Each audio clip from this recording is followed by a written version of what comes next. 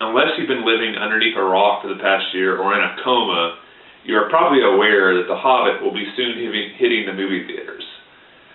I'm very excited about seeing the movie. I've read The Hobbit before, but I really wanted the book to be very fresh in my mind before going to see the movie, so I decided I really needed to reread the book.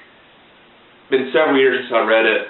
I really enjoyed it back then, but this is the first time I've read it since then, for my second reading. And sometimes your opinion of a book will change a lot the second time you read it.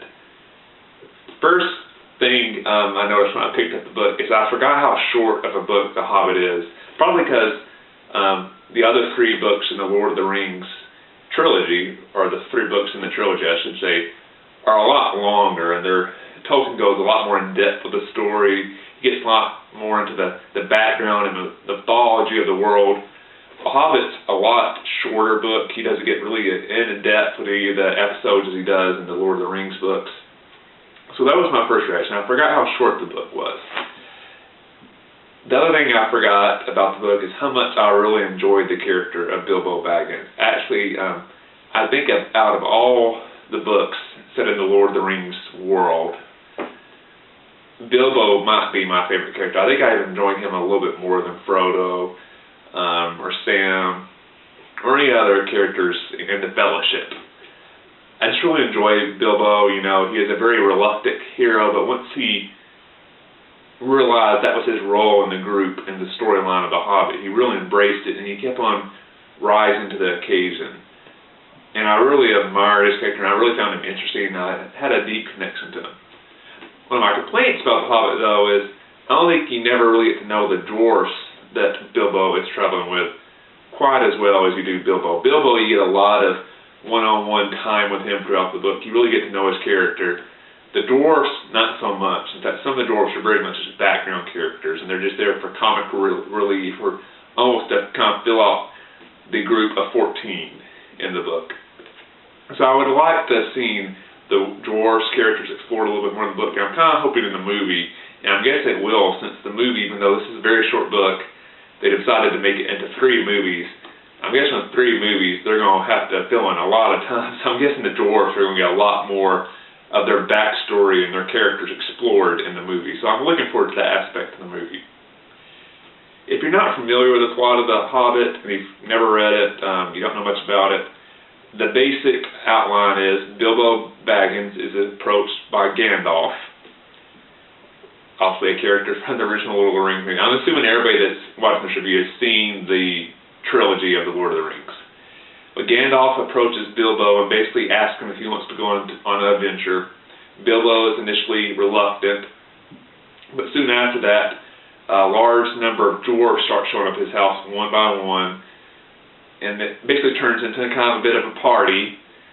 And through the course of this party, Gandalf and the dwarves eventually almost kind of guilt/convince Bilbo to join their group and join this adventure. And basically the goal of this group is to reclaim lost gold that these dwarfs used to have in a kingdom they used to rule before a dragon threw them out. And this is basically a couple of generations later. So the lead dwarf's grandfather was the king of the dwarfs, that his kingdom was destroyed by this dragon that took all their gold. So Bilbo and the dwarfs are on a voyage to try to get this gold back.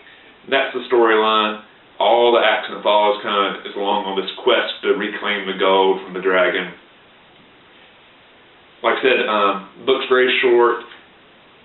Tolkien never gets really into depth when they have these action sequences. So when the dwarves and Bilbo battle goblins or trolls or even elves, men, it's very quick-paced action, and the scenario is solved fairly quickly. So I'm guessing the movies are really going to go in a lot more in depth into these episodes, these battles, than The Hobbit.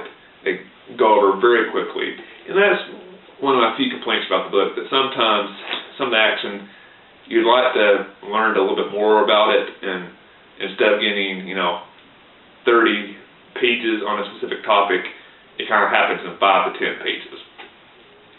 But on the positive side, it's a very fast-paced read compared to the Lord of the Rings trilogy, which those books, in my experience, or a very slow read because you got so much mythology. There were so many characters. A lot of times you had to go back and reread something to make sure you were keeping the characters straight, who was related to who, and how all the various sides interacted. The Hobbit, I never really had that issue. You never had to really go back and reread something like, where do these characters interact? Because it's a fairly small character list in The Hobbit.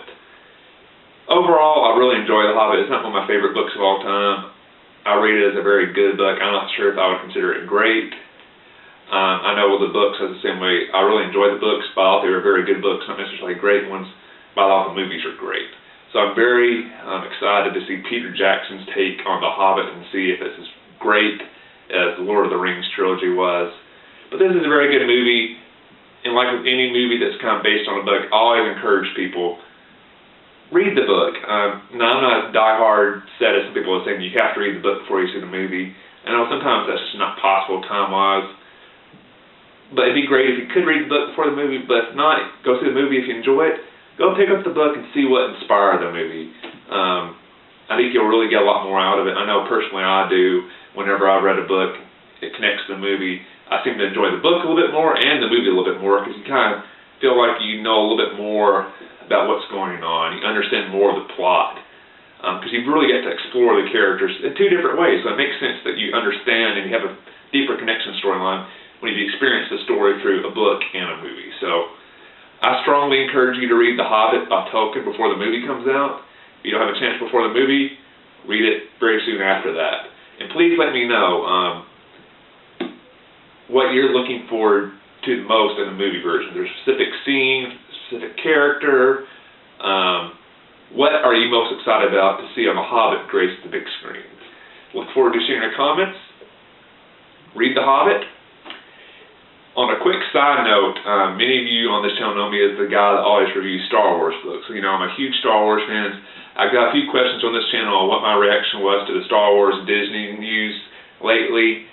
On my other collab channel, Project Nerdy, I did a long rant video on this Star Wars Disney news. My positive take to the merger and my negative take to it. Because I think there's both sides. I think there's some positive to this and some negative to it. So instead of doing a video on this channel as well, talking about Star Wars and Disney, I'm just going to link that video in the description box below. Go check it out to get my opinions on the Star Wars Disney news. Check out Project Nerdy. It's a great channel. If you like WeReadBooks, I think you'll enjoy Project Nerdy as well. Holly is a member of Project Nerdy as well, so if you like Holly, she's there. I make videos on Tuesdays on Project Nerdy. Holly makes them on Wednesdays. So in addition to that video, I'll put a link to Project Nerdy in the description box below. So read The Hobbit. Go check out my Star Wars and Disney video I did on Project Nerdy, and subscribe to Project Nerdy.